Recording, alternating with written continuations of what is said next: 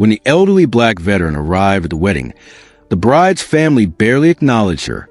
But by the end of the night, they would be begging for her forgiveness, unaware of the decorated Marine Corps general they had disrespected. The afternoon sun bathed the grand estate in a golden glow, its sprawling gardens meticulously arranged for the wedding of a year. White roses line the cobblestone pathways, and crystal chandeliers dangle from towering oak trees, creating an air of effortless luxury. The guests, dressed in designer gowns and custom-tailored suits, sipped champagne, exchanging stories of extravagant vacations and million-dollar business deals. At the heart of the event stood Olivia Montgomery, the stunning bride, and Michael Carter, her soon-to-be husband. Their love story had been the talk of high society. Olivia, the daughter of an influential business family, and Michael, a highly successful entrepreneur with an inspiring work ethic. But today, amidst the beauty and celebration, something far less romantic was unfolding. Evelyn Carter arrived with quiet grace, stepping out of a sleek black car with minimal assistance despite her age.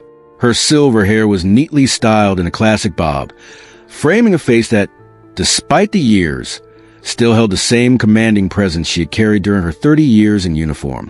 Dressed in a modest but elegant navy blue dress with a small, discreet pin on her lapel, she carried herself with unmistakable military bearing.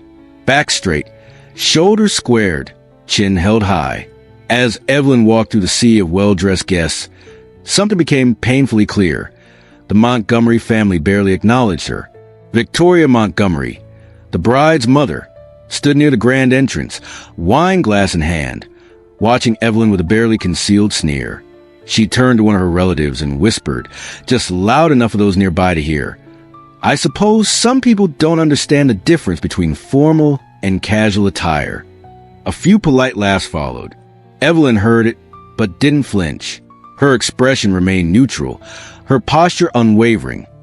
The same composure she had maintained during high-pressure military operations and diplomatic crises. She had encountered far worse in her lifetime, both in combat zones and as one of the first black women to reach her rank in Marines. Olivia's father, Richard Montgomery, merely nodded in Evelyn's direction without offering a handshake or a word of welcome. To him, she was just another guest, an afterthought. The rest of the Montgomery clan followed suit, exchanging judgmental glances, subtly shifting their conversations whenever Evelyn drew near. Michael noticed his jaw tightening, but Evelyn placed a reassuring hand on his arm with the decisive touch of someone accustomed to calming younger officers before battle. "It's all right, dear," she murmured, her voice steady and controlled. "Some lessons take time. I've faced tougher situations in Fallujah." She smiled slightly, her eyes revealing the strategic patience of someone who knew when to wait and when to act. As the celebration carried on, the microaggressions only became more evident. When Evelyn took a seat at one of the tables, guests subtly adjusted their chairs away. When she tried to engage in polite conversation, responses were clipped, dismissive. At one point, when a discussion about wealth management arose, Evelyn offered quiet insight. "True wealth isn't measured in portfolios," she said, her voice carrying the natural authority of someone who had commanded hundreds. "It's measured in lives improved and protected." A few guests paused, something in her tone catching their attention. The unmistakable cadence of someone accustomed to being heard. Across the reception, a well-dressed older gentleman sat alone, observing. His tailored suit, though simple, featured a subtle pin that matched Evelyn's. He watched as Victoria turned her nose up at Evelyn, listened to the dismissive tone in Richard's voice, and saw how guests distanced themselves from the elderly black woman. His eyes narrowed, the look of a tactician assessing a situation. Something about Evelyn's bearing, her dignified responses, and her quiet confidence seemed familiar to him. He continued watching, planning his next move with military precision. Victoria Montgomery perched at a nearby table, swirling the deep red wine in her glass before leaning toward a group of relatives. Her lips curled into a practiced smile, her voice smooth but edged with something sharper. Michael turned out well considering his background, she mused, just loud enough for Evelyn to hear. Though I wonder if some of his people's traditions will clash with ours. Evelyn lifted her gaze from her teacup, but said nothing. She had survived ambushes in war zones. These verbal bullets were nothing new. Her hand, bearing a barely visible scar from shrapnel, remain steady. Richard Montgomery, at another table, spoke in his smooth, authoritative voice about certain traditions being outdated, making it clear there were old customs, and then there were better customs, the ones people their status upheld. Michael clenched his fists. His family had traditions too, traditions of service, sacrifice, and duty. His grandmother, sitting just a few feet away, had broken barriers for both her race and gender, commands that would have made Richard's business dealings look like child's play. The mysterious gentleman continued observing, occasionally checking his watch, like a man timing an operation. His eyes never left Evelyn, recognizing in her the unmistakable presence of a commanding officer. The event coordinator stepped onto the small stage at the center of the grand reception area, tapping the microphone. "Ladies and gentlemen," she announced, her voice ringing through the open-air venue. "It is an honor to introduce a very special guest this evening, an individual whose contributions to both national security and philanthropy have left an indelible mark on our country. Please join me in welcoming our esteemed guest of honor." A ripple of excitement moved through the crowd. Olivia's family straightened in their seats. The Montgomerys prided themselves on their elite social circle, and a guest of this caliber could only enhance their prestige.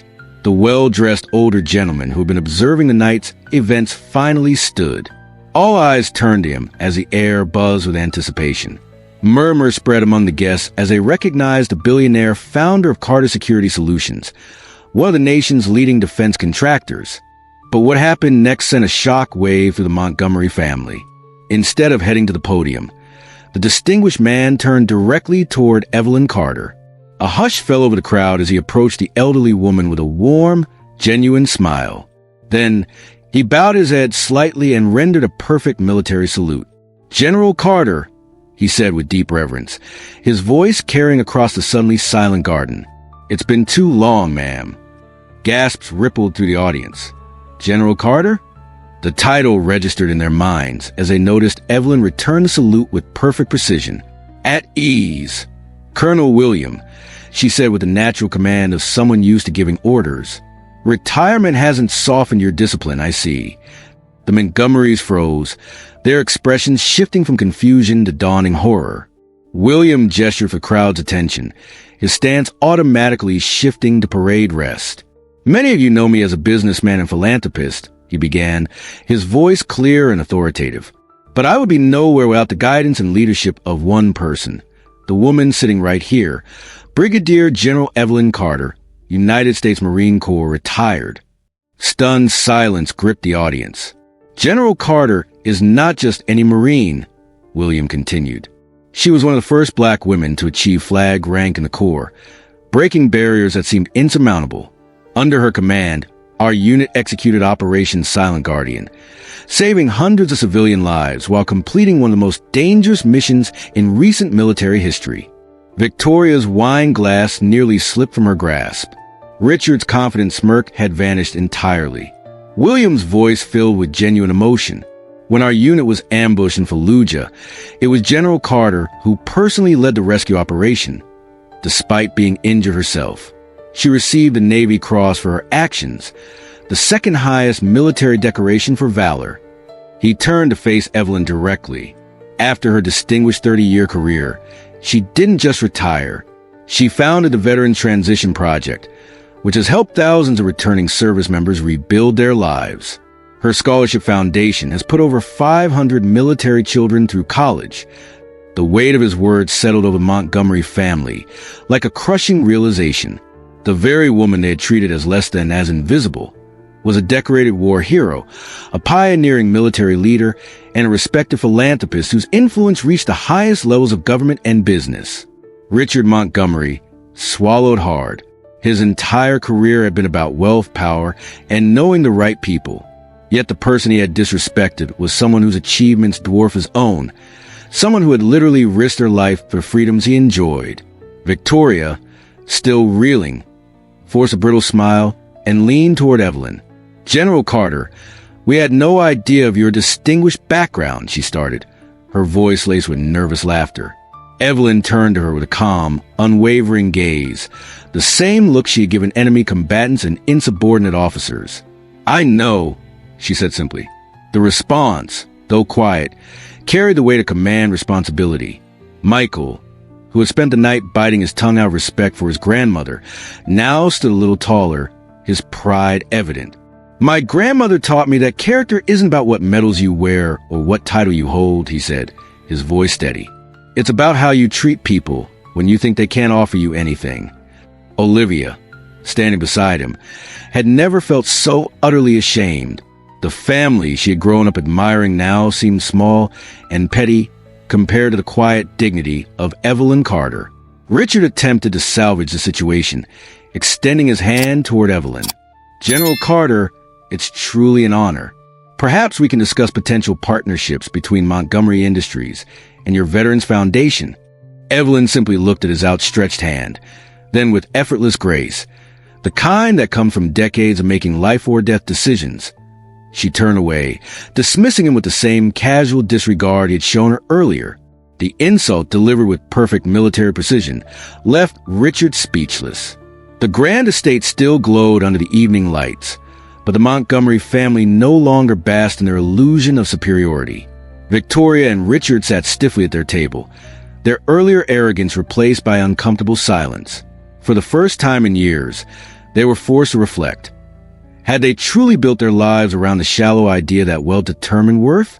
Victoria's eyes flickered to Evelyn, who sat gracefully engaging with guests who now eagerly sought her company. There was an ease about her, a quiet dignity that no amount of money could buy, the hallmark of someone who had served a cause greater than herself. Olivia approached Evelyn, shame evident in her eyes. "I'm so sorry," she whispered. "I should have said something sooner." Evelyn studied her for a moment, then smiled gently. "In the Corps, we judge people not by their mistakes, but by how they correct them. It's never too late to start doing what's right." Olivia nodded, her grip on Michael's hand tightening. "I promise you this. Our marriage will not be built on the kind of ignorance I saw tonight." Evelyn's smile deepened. "That's a good start, dear. In both military and civilian life, change isn't about words. It's about actions. Now show me what you can do." As the evening drew to a close, the Montgomerys lingered in the background, humbled by their encounter with true service and sacrifice. Whether they would change remained to be seen, but one lesson was certain. Respect isn't earned through wealth or status, but through character and contribution. In a world that often values appearance over substance, General Carter's story reminds us that true heroes walk among us unrecognized. Their greatest battles, against prejudice, against limitations, against injustice, are often fought and won in silence, with the same dignity they showed in uniform. Have you ever misjudged someone based on appearances only to discover their true worth later? Share your story in the comments below. If this story touched you, give a like and subscribe for more powerful reminders that sometimes the most extraordinary people are hiding in plain sight, their valor visible only to those wise enough to look beyond the surface.